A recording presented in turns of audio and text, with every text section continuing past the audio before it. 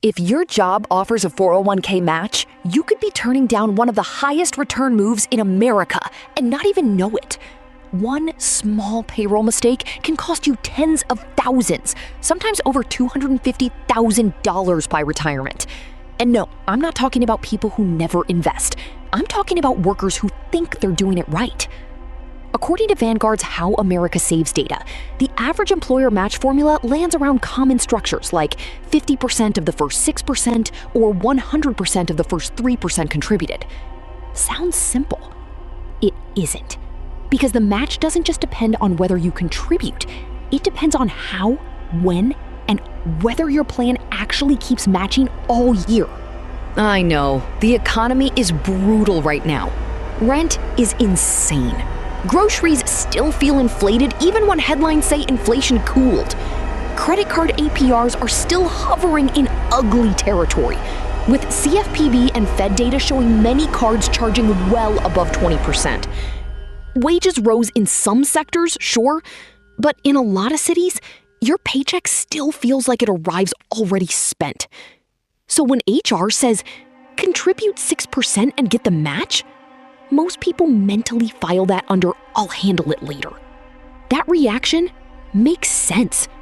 The system absolutely nudges you towards short-term survival over long-term wealth.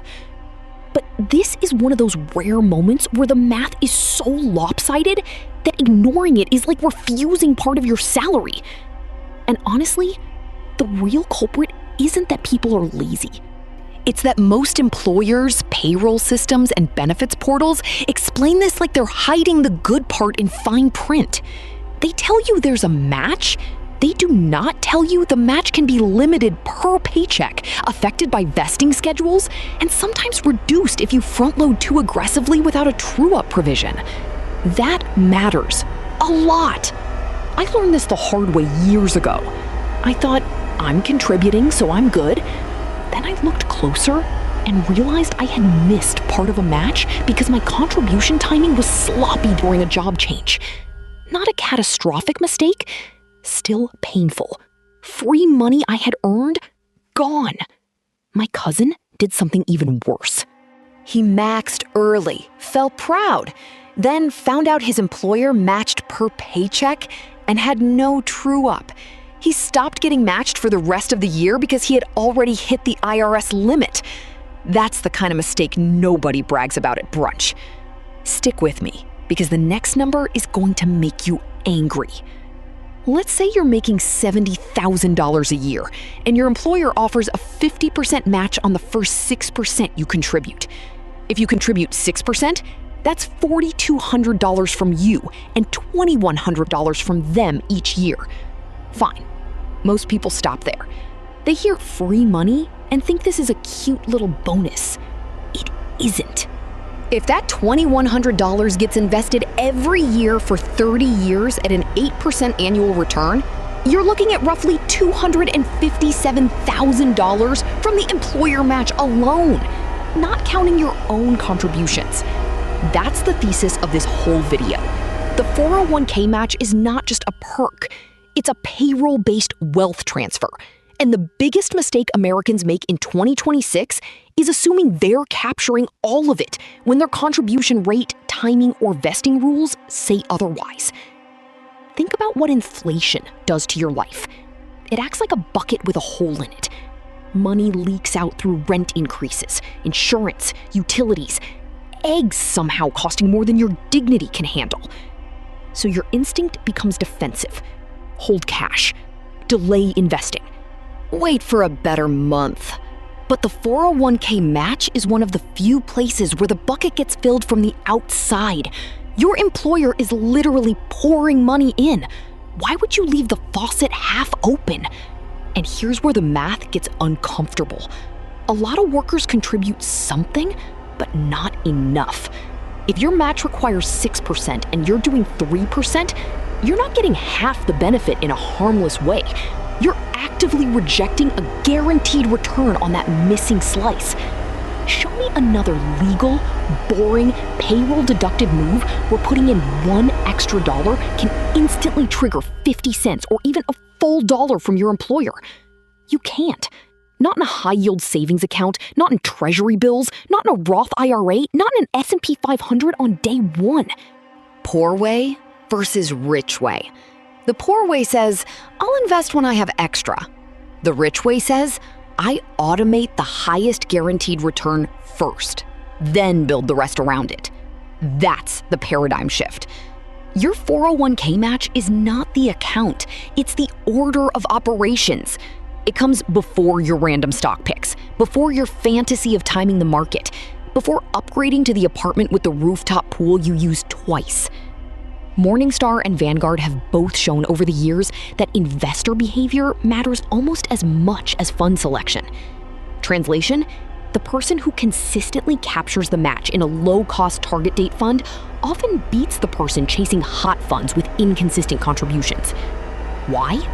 Because compound interest is a snowball rolling downhill, and payroll consistency is the hill. Miss the early pushes and the snowball never gets as big as it should.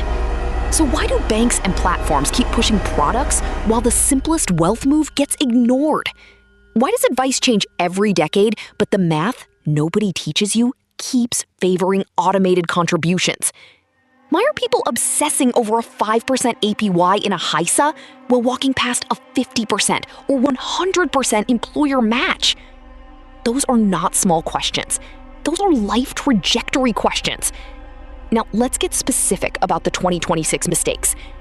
Mistake number 1, contributing too little. This is the obvious one, but don't dismiss it. If your plan matches 100% of the first 4% and you're contributing 2%, you're not being conservative. You're taking a pay cut. If your salary is $60,000, that missing 2% is $1,200 you didn't contribute, plus $1,200 your employer didn't have to give you. Invest that annual $2,400 over 30 years at 8%, and the gap becomes roughly $272,000. One tiny percentage choice, one giant retirement consequence. Mistake number 2, contributing too late.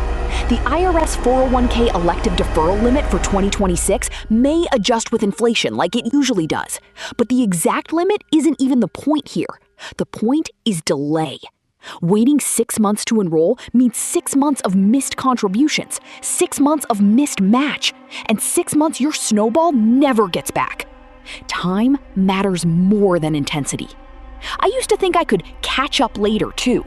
That's what broke people tell themselves to feel temporarily safe. Wealth doesn't care about your intentions. It responds to deposits and time. Mistake number 3 is the sneaky one most people miss: the wrong cadence. This is the part even a lot of financial advisors forget to explain. Some 401k plans match per paycheck, not per year. That means if you front-load your contributions and hit the annual limit by, say, October, your employer may stop matching in November and December unless the plan has a true-up provision. A true-up is basically the employer reconciling at year-end to make sure you still get the full match you earned overall. Some plans have it, some don't. If yours doesn't, front-loading can quietly cost you real money. Let's make that real.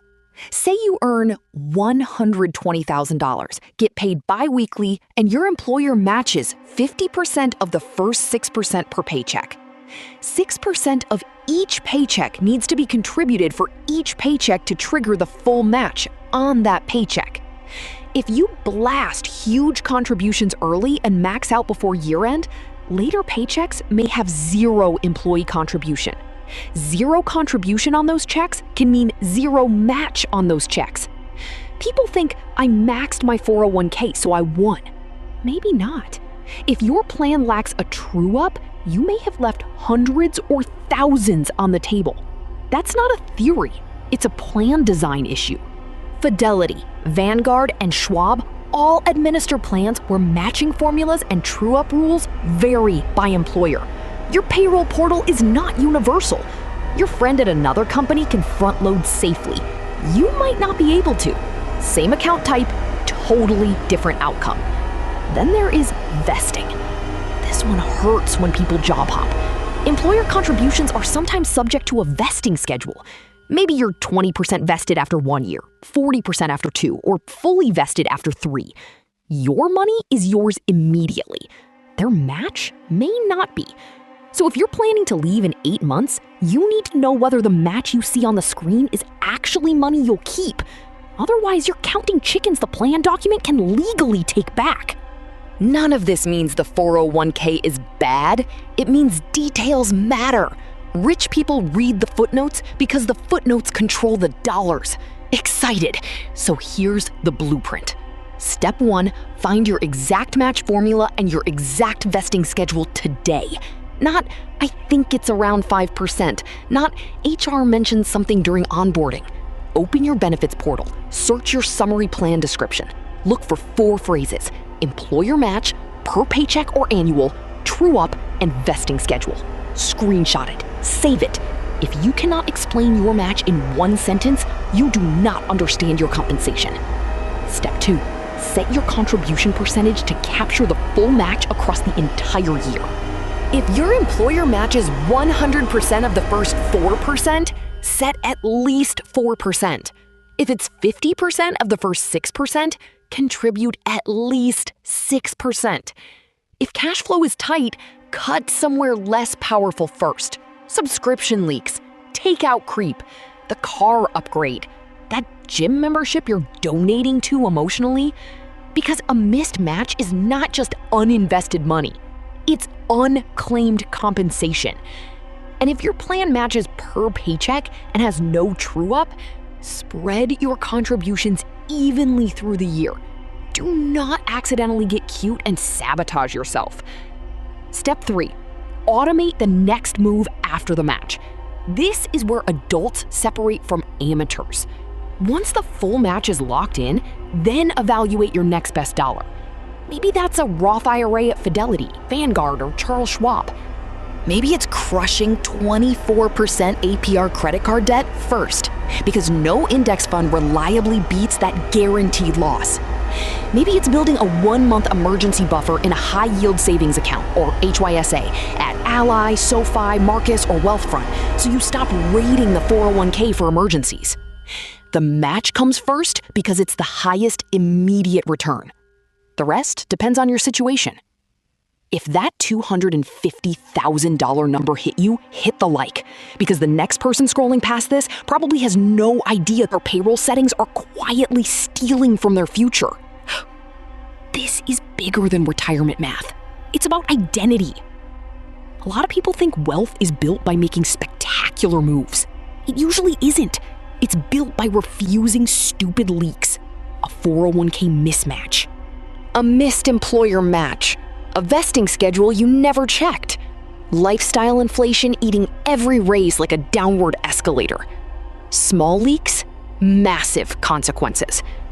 And I want to be fair here. Some of you truly cannot afford to contribute enough right now. I get it. If you're choosing between groceries and a match, that's not a mindset issue. That's survival.